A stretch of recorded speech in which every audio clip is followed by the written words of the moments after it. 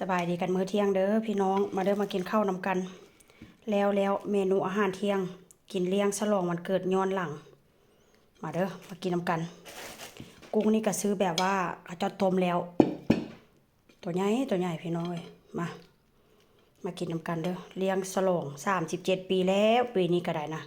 บ่ขอหยังหลายขอให้แต่ตัวเองมีความสุขสุขภาพแข็งแรงแล้วก็อย่าเงินทองก็บ่อยากขอดอกถ้าบ่หามันก็คือสิบ่ได้เงินทองก็ได้แม่นบ่พี่น้อง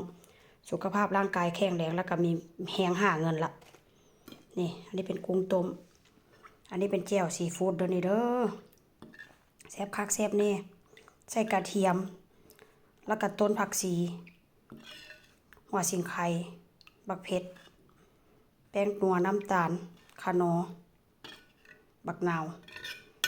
กินซ้ำนี้ก็แซ่บแล้วได้พี่น้องบ่แม่นต้องมีพริกทีหลีตองหยังหลายแจ่วนี่แซ่บขนาดเลยมื้อนี้ก็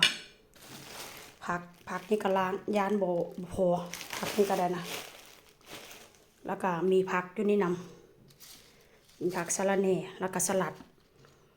ล้างกินเต็มที่เลยมื้อนี้แล้วก็มีแตงเด้อแตงนี่ก็หั่นล้างเรียบร้อยหั่นล้างที่กินแซ่บ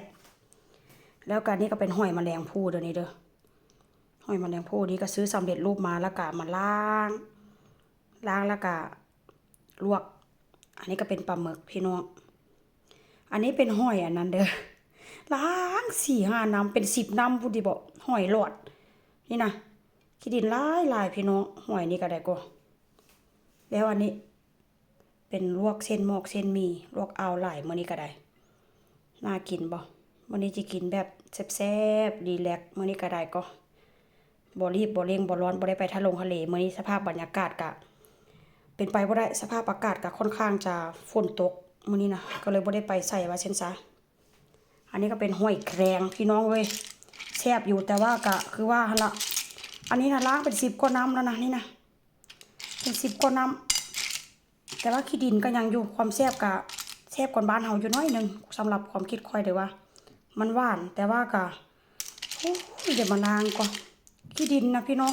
ล้างแท้แรงว่าเห็นบ่อันนี้แค่2 นาทีเลยแค่2 นาทีก็ยังตัวน้อยอยู่ถามว่าความสดความสะอาดบ่เท่าบ้านเฮาเด้อความสดความสะอาดบ่เท่าไทยบ่เท่าลาวเนี่ยบ่เท่าของบ้านเฮาพี่น้องเอ้ยแกะมาหน้าตาก็จะเป็นประมาณนี้แต่ว่าความนัวนี่ก็แซ่บอยู่แต่ว่าพูดถึงความสดความใหญ่ว่าเช่นซะแม่จับล้างเป็น10 รอบสิบ่ให้ผัวให้ลูกกินแหละอันนี้นะเพราะว่ายังขี้ดินทรายหลายอันนี้นะกินก็ต้องไปล้างอีกกินก็ได้นี่ล่ะเมนูอาหารสวยพี่น้องหอยแครงลวกปลาหมึกลวกหอยแมลงภู่ลวกหอยหลอดนี่เส้นหมี่มาเด้อมากินข้าวเที่ยงกันเด้อกินข้าวเที่ยงย้อนหลังวันเกิดของเจ้าของมากินข้าวเที่ยงนำกันเด้อพ่อแม่พี่น้อง